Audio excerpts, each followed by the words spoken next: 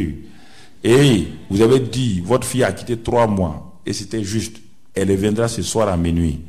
La seule partie où je n'arrive pas à saisir, c'est de revenir à minuit là. Il dit, on est parti, on est rentré à la maison, on a fermé les portes.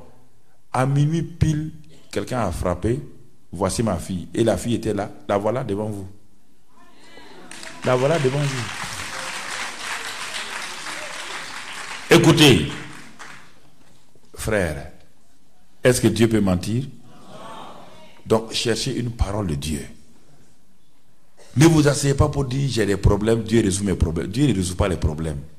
Dieu veille sur ça. Dieu n'a pas dit qu'il résout vos problèmes. Dieu n'a jamais dit à quelqu'un, si vous commencez à prêcher aux gens que Dieu va résoudre les problèmes, vous rendez Dieu menteur. Dieu n'a jamais dit à quelqu'un qui résout les problèmes des gens. Dieu dit, par ses meurtrissures vous êtes, et dès que Christ a porté vos malédictions afin que vous soyez, il faut dire à Dieu ce que Dieu a dit. Si Dieu ne vous a pas dit quelque chose, si vous lui dites ça, il n'est pas tenu.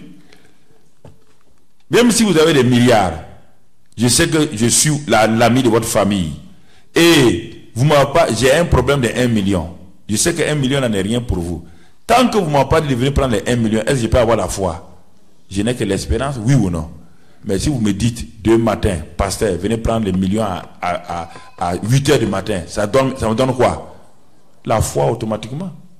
Mais Dieu ne t'a rien dit. Tu espères, fais comme Abraham, espère d'abord, et refuse de considérer ta situation. Mais maintenant, as-tu une parole? Appuie-toi sur la parole. Glorifie Dieu. Donne gloire à Dieu avec cette parole-là. Tu n'as pas besoin ni de moi, ni de personne. Tu as besoin de Dieu. Le Dieu qui a parlé là va le faire. Si tu vas à l'église, Dieu le fera. Amen. Bon, on avait des questions et réponses, mais j'ai pensé que l'explication claire de la foi là était plus importante. Donc vous pouvez l'adapter à tout maintenant. Ça c'est la base de la foi. Maintenant vous pouvez l'adapter à la maladie, vous pouvez l'adapter à ça, à quoi chose, mais c'est l'élément fondamental. Mais chacun aura une expérience de la foi qui est différente de l'autre. Donc on peut mettre dans le même panier. Mais je vais vous donner seulement une base pour tout le monde. Mais chacun, selon que Dieu va lui donner la révélation, il va agir. Parce qu'il n'y a pas un seul message pour de ça. Donc si je dis qu'il y a un seul message, c'est faux. Mais il y a un seul fondement qui est la parole de Dieu. Et c'est le fondement, c'est Abraham. Ok. Maintenant, si on va prendre quelques... Moi, je m'appelle Jeanne Avoaka. Je suis venue pour la CIVI. Je suis en France. Oui. Je suis mère au foyer parce que j'ai une fille qui est handicapée. Donc, je m'occupe d'elle à la maison. Hier, vous avez parlé des lieux célestes. C'est ça. Et en tout cas, moi, je n'ai pas saisi ce qu'étaient les lieux célestes. Peut-être que vous avez expliqué, mais je n'ai pas compris. Alors, si je peux avoir... Les lieux célestes, c'est notre position en Christ. Ce n'est pas un lieu géographique déterminé. Il y a les cieux, il y a 3 cieux. Il y a les cieux où se trouve Dieu. Ouais, prenez le micro.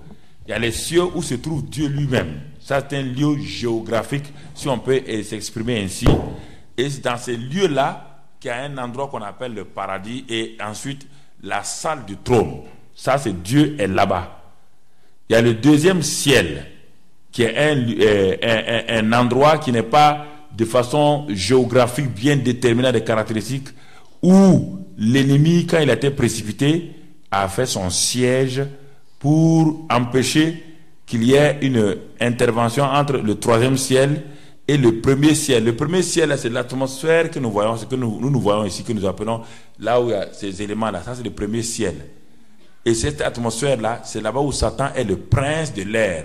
Il opère en dominant, avec ces démons qu'on appelle les dominations, il opère sur la terre dans ce.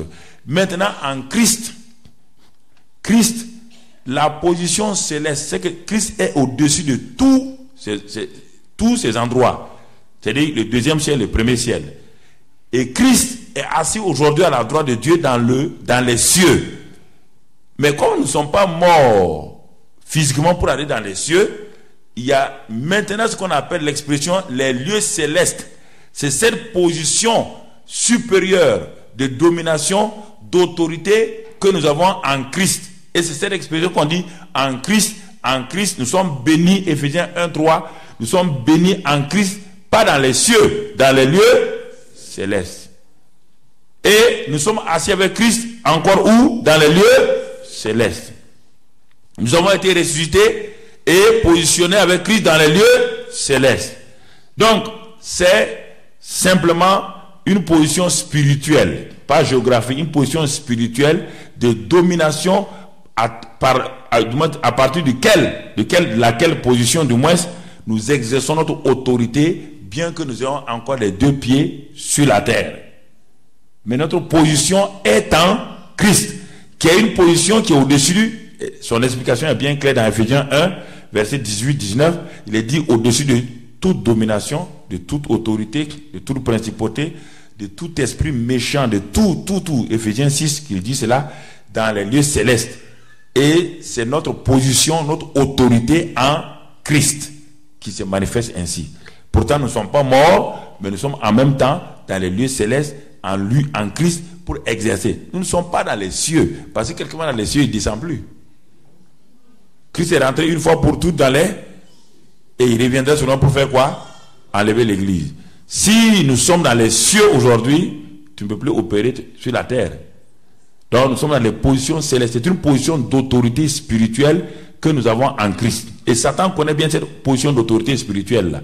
Quand nous exerçons, c'est bien que nous avons les deux pieds sur la terre. Tu es en même temps, quand Dieu te regarde, tu es positionné. Quand Satan te regarde, tu es positionné dans ce lieu-là au-dessus de lui.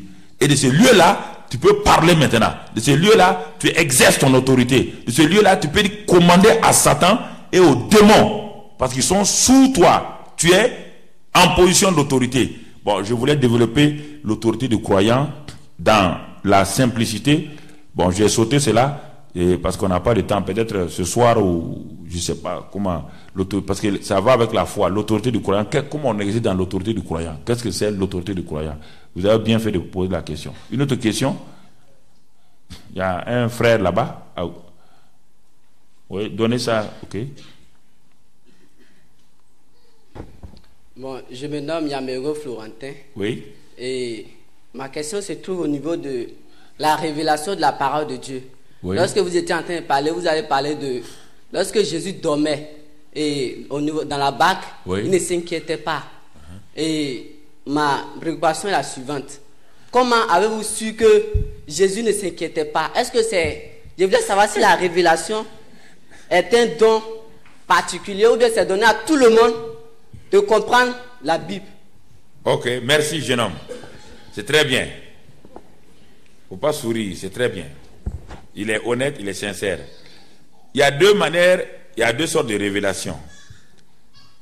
Comme il y a deux sortes de visions. Il y a la vision surnaturelle. Dieu a dit dans Joël 2 que dans les derniers jours, il répandra son esprit sur toute chair et vos jeunes gens auront des... Ça, c'est un don du Saint-Esprit. Il y a la vision maintenant que dans ton enfance, déjà à 7 ans, 8 ans, tu voulais devenir médecin. C'est ça, non? Et tu as tout fait pour devenir médecin. Ça, c'est la vision que Dieu donne à chaque créature en lui pour opérer. Je viens à la révélation. Il y a la révélation surnaturelle du Saint-Esprit. Que je suis assis ici, Dieu me donne une révélation qui ne dépend pas de moi, qui vient du Saint-Esprit, et je révèle les choses qui se passent. Je peux dire, vous venez de tel endroit, votre maison est comme cela. Bon, ça s'exerce par une parole de connaissance ou une parole de sagesse, cette révélation-là. Ça, c'est un don spirituel. Il y a la révélation par le Saint-Esprit dans la parole de Dieu. C'est-à-dire, j'ouvre la parole de Dieu, je la regarde, comme une fois, je ne savais pas comment, il y a longtemps, je ne savais pas comment. Et je vous ai dit hier que les gens me critiquaient beaucoup, les gens, je faisais du bien aux gens et ils me critiquaient. Je ne savais pas comment appliquer l'amour. Un jour, Dieu m'a mis dans Romains 12. Dans ce passage de Romains 12, j'étudiais, j'étais découragé, je ne savais pas comment bénir les gens. Je ne comprenais pas, j'étais fâché parce que je faisais du bien et les gens me rendaient en mal. Et un jour, j'étais assis dans ma maison et je commençais à lire la Bible. Et quand j'ai commencé à lire la Bible, et je suis arrivé à Romains 12. J'ai continué à lire, je ne voyais rien. J'ai dit, mais Seigneur, parle-moi. je continuais. Mais